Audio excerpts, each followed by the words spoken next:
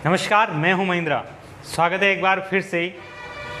आज हम बात कर रहे हैं हमारे दस्तावेज को लेकर, जैसे कि जाति प्रमाण पत्र हैं या और भी दस्तावेज। मैं फ़िलहाल बात कर रहा हूं जाति प्रमाण पत्र को लेकर। जाति प्रमाण पत्र हमारा वो दस्तावेज है जो हमारी जाति को परिभाषित करता है।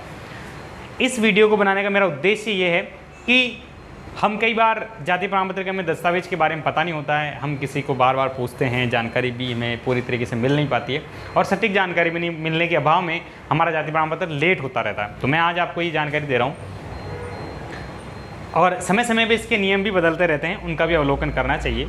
जाति प्रमाण पत्र बनाने के लिए सबसे पहले अपना एक आवेदन फॉर्म होता है जिसे हमें भरना होता है।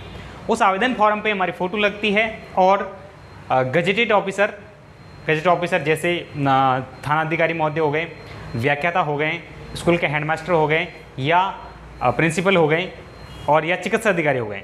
इस तरह के अधिकारी जो होते हैं वो गजेटेड ऑफिसर के अंदर आते हैं और वो इस पर साइन करते हैं। दूसरा, सरपंच भी इस पर साइन करता है जो हमें हमारी पहचान के लिए गवाह बनते हैं। और दूसरे पेज पर होता है ये सरपंच का साइन और एक गजेटेड ऑफिसर का। तीसरे कॉलम के अंदर होता है पटवारी महोदय का साइन जो आपकी अपनी जाति को परिभाषित करते हैं। उसके बाद हमारा जो तीसरा पेज होता है उस पेज पे इनकम को वेरीफाई किया जाता है, इनकम सत्यापित की जाती है। उसमें गजेटेड ऑफिसर के ही साइन होते हैं, जैसे व्याख्याता हो गए, स्कूल के हेडमास्टर हो गए ये, और थानाधिकारी महोदय हो गए, हो सकता है ग्राम विकास अधिकारी भी हैं, विकास अधिकारी भी हैं, चिकित्सा अधिकारी भी हैं। ये अपनी आय को परिभाषित करते हैं। चौथे पेज पर उसे सरपंच या वार्ड पंच भी उसे प्रमाणित कर सकते हैं लेकिन उसके साथ ही सरपंच की सिग्नेचर होना भी आवश्यक है। ये तो हो गए हमारे फॉर्म को लेकर।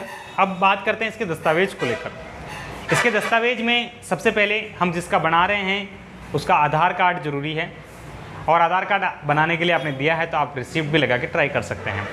दूसरा, आपको राशन कार्ड की आवश्यकता होगी। तीसरा, आपको आपका जो जिसका बना रहे हैं उसके पिताजी का आधार कार्ड होना ज़रूरी है। अगर पिताजी जीवित है तो आधार कार्ड की जगह पहचान पत्र भी लगा सकते हैं, और अगर जीवित नहीं है तो पिताजी का मृत्यु प्रमाण पत्र लगा सकते हैं। और उसके साथ ही आपके पिताजी का जाति प्रमाण पत्र लगाना भी आवश्यक है, जैसे कि आपका पिताजी का पुराना जाति प्रमाण पत्र हो गया या आपके स्वयं का पुराना जाति प्रमाण पत्र पड़ा हो, या फिर इसमें जमाबंदी की नकल हो। उस जमाबंदी की नकल में आपका नाम होना चाहिए या आपके पिताजी का नाम होना चाहिए। अगर पिताजी जीवित हैं तो आपका नाम नहीं होगा, अगर पिताजी की डेथ हो चुकी है तो आपका नाम जमाबंदी की नकल में अवश्य होगा। ये थे 3 दस्तावेज हो गए। चौथा जो दस्तावेज है आपका भामाशाह कार्ड या जन आधार कार्ड होना आवश्यक है।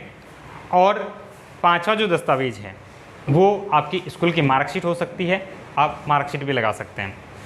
तो ये जो दस्तावेज थे वो आपको जाति प्रमाण पत्र को लेकर हैं। और इसके बाद आपको ई मित्र पे आवेदन करना होता है। ई मित्र पे आवेदन करते हैं, जिस दिन भी अगर आप उससे आवेदन करते हैं उस दिन आपको उस आवेदन की रसीद ले लेनी चाहिए, या अगर आपको रसीद की आवश्यकता है तो। और आपको आज जैसे आपने जाति प्रमाण पत्र चढ़ा दिया है तो उसे 5 दिन बाद या 6 दिन बाद उसे चेक जरूर करवाएं, उस पर क्या स्थिति चल रही है, उसमें क्या कमी है या अप्रूव हो गया है, वो आपको मैसेज के द्वारा भी सूचना मिलती है। तो फॉर्म भरते समय आप मोबाइल नंबर भी वही दें जिससे आपको समय पे अपडेट मिलती रहे, जिस पे आप अपडेट चाहते हैं। 7 दिन के बाद आप उसे चेक करवाते रहें, उसके बाद आपको जो भी स्थिति से है वो पता चल जाएगा।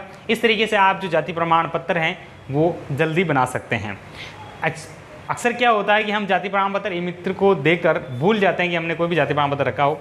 ई मित्र पे भी कई सारे कार्य होते हैं जिसकी वजह से ई मित्र खुद भूल जाता है कि किसका क्या डॉक्यूमेंट आया था, वो हम खुद जाके उनसे बताते तभी उन्हें पता चलता है।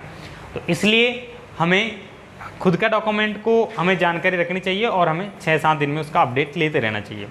धन्यवाद दोस्तों, ये जो जानकारी थी मैंने आपको जाति प्रमाण पत्र के लिए बताई है। ऐसी ही अन्य जानकारी आपको ज़रूर आगे मिलती रहेगी। धन्यवाद। अगर आपको जानकारी अच्छी लगी हो तो आप हमारा चैनल ज़रूर सब्सक्राइब करें और लाइक करें।